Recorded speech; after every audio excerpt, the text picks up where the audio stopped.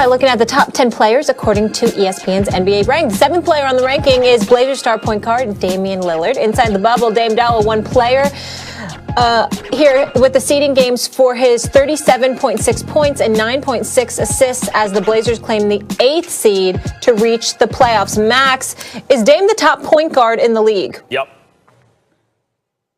Yes, he is. And I think we can agree, Stephen A., that we're not talking about LeBron James or Luka Doncic, who are point guards, but they don't guard the other team's guards usually, so let's call them point forwards. We're putting those guys aside. The answer is yes.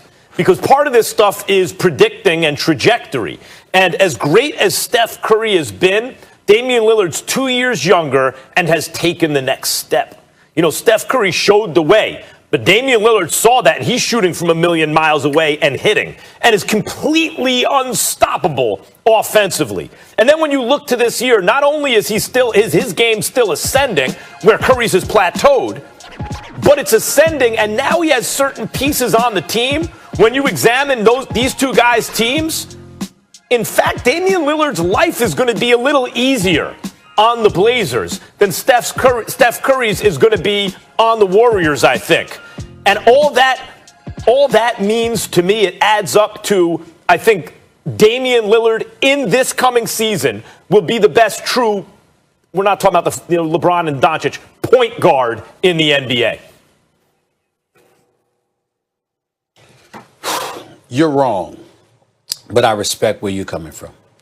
Because I love me some Dame Lillard, man. I'm so happy that he got his money. I love the fact that he got that $250 million extension. His agent, Aaron and Eric Goodwin, negotiated the largest contract in NBA history. Major props to them for the job that they've done. They've been exceptional for years. But I tell you something right now. Damian Lillard is a player. He is a winner. He's Mr. Clutch. He's a leader. And he's an incredible individual and a great role model as far as I'm concerned. I got a lot of love for Damian Lillard, but he ain't no Steph Curry. And I'm going to tell you something, Max Kellerman. Damian Lillard averaged 30 this past season. Damian Lillard shot 40% from three-point range last year. Did you know, Max Kellerman, that's the first time Damian Lillard shot 40% from three-point range in his career? Steph Curry did it every year for the first 10 years in his career. He has never shot in less than 42% from three-point range in his career, with the exception of the 20 games that he played after he came off an injury last season. Yeah, that's it. So the first 10 years of his career, he did what Damian Lillard just did for the first time. Now, obviously, that total game doesn't come with that. And we understand how elite, because I think Damian Lillard is one of the great point guards and one of the great scoring point guards the game has ever seen. I think he's destined for the Hall of Fame. He's that special. But what makes Steph Curry special that I don't think you give enough appreciation to, Max Kellerman, along with a lot of NBA players, present and former, by the way, is this one important fact. It's not just the fact that Steph Curry is such a marksman. His movement without the basketball is unreal. He's always on the move. Why is that so important? Because you can't even set your defense right, because you got to know where he's at every single second. Dame has the ball in his hands. It's Dame's that's deciding if he's going to shoot or he's going to pass. It's Dame's that's who's deciding whether he's going to shoot or whether somebody else is going to shoot. He's doing all of these things. Even though Steph Curry is your point guard and he brings the ball up the court, he is such a sniper extraordinaire that he instantly gives the ball up, and you spend like 60 to 65 to 75% of your offense in terms of that shot clock trying to find him just to get him the ball back. That element right there makes him so profoundly lethal. That's the difference between him and Damian Lillard. Damian Lillard don't move like that without the ball the way Steph Curry does. Look, we were yelling at each other earlier in the show, and this is a more polite debate because I can't really argue against those points. Steph Curry is special because just because two guys shoot doesn't mean they shoot the same. No one's ever shot like Steph Curry with that kind of mobility coupled with that kind of shooting. The other thing that makes Steph special is the fact that the ball doesn't stick with him, right? Like, it just makes him different. But what I'm saying about Damian Lillard is, as you would say, he's on the come up. Damian Lillard was born with ice water in his veins. You know, Steph Curry had to get there. Steph Curry against LeBron James, not saying Damian Lillard's always been perfect in the playoffs. Drew Holiday did a number on him, but and team defense did too, as he points out, as Lillard points out. But Steph Curry was running the best half-court offense in the history of basketball, couldn't score in the last 4.5 minutes in a Game 7 at home. In a 73-win team and lost the finals. That's not Damian Lillard to me, Stephen A. Damian Lillard was born with the clutch gene. And he's 2 years younger and still getting better. Here's the other thing. Steph Curry tries to play defense. He's just not very good at it. But he is a guy who's present defensively. Damian Lillard, to me, went from a guy who didn't play defense, he wasn't even really trying, it looked to me early in his career, to a pretty good defender. I actually think Damian Lillard is an underrated defender right now, especially in high-leverage situations. I've seen him mature that way, and between the two, I'll take Lillard on defense. Between the two, I'll take Lillard's trajectory. Right. Between the two, I'll take Lillard's clutch gene. So all in all, to me, that says in a very close competition, all right, Lillard. We're out. You know who's good on defense? Kawhi Leonard. We're talking Clippers basketball when we come back here on First Take. Who's the better leader? Is it Kawhi or is it Paul George when we're talking about those clips? NBA season preview continues when we return in just a few moments right here on First Take. The situations were different, and it's not just about basketball. I mean, I think you have to remember there was a lot of stuff going on in Cleveland before LeBron departed.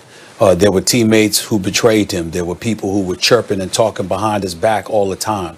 He didn't feel like he had a true brotherhood. And because of that, that had a lot to do with why he left. Now, obviously, one would anticipate he was going to leave anyway because being in his hometown, having never departed from that area, being born and raised in Akron, Ohio, playing in Cleveland, he might have wanted, new horizons and experience different things. But it was certainly made easier for him because of some of that chirping that was taking place. And it was evidenced by once he arrived in Miami. If you recall, it wasn't just because he was a pariah and what have you, because of how he had departed Cleveland and sort of ravaged the local economy and everything else because he was that significant to them. You saw people crying in the streets and different things like that. But when he got to Miami, Dwayne Wade didn't leave his side. He did every press conference. Kendrick Perkins, you remember this? He did every press conference with Dwayne Wade. Dwayne Wade was by his side all the time because there was this need for a brotherhood, and Dwayne Wade, being a big brother to him, really had to go about the business of showing him that he had somebody by his side that had his back on at all times, that he never had to worry about compromising that level of loyalty that LeBron was lacking at that particular moment in time. And that was the difference. When you look at Giannis in Milwaukee, these guys love him. They wear it on their sleeve. They don't just marvel at his greatness as an athlete and a player, but they marvel at him as a person. They love Giannis, and they wanted him there, and he feels like it's a family. It's his home. LeBron did not feel that way about Cleveland. So when he says it was a completely different between him and Giannis, he's not really just talking about basketball. He's talking about things on the outside as well. That's what I took from it. Yeah, that's interesting, and good background about what was happening at the time. Let me tell you what I heard LeBron saying. Not obviously dismissing what's underneath it or the relationships, but sure. I remember at the time in Cleveland when LeBron was pushing them to make the team better, to give them a realistic shot. I'm forgetting who it was. There was a trade that people wanted for Amari Stoudemire, remember, and the Cavs were going to have to give up some stuff that they didn't want to give up. And I remember thinking Amari Stoudemire at the time was a scoring machine.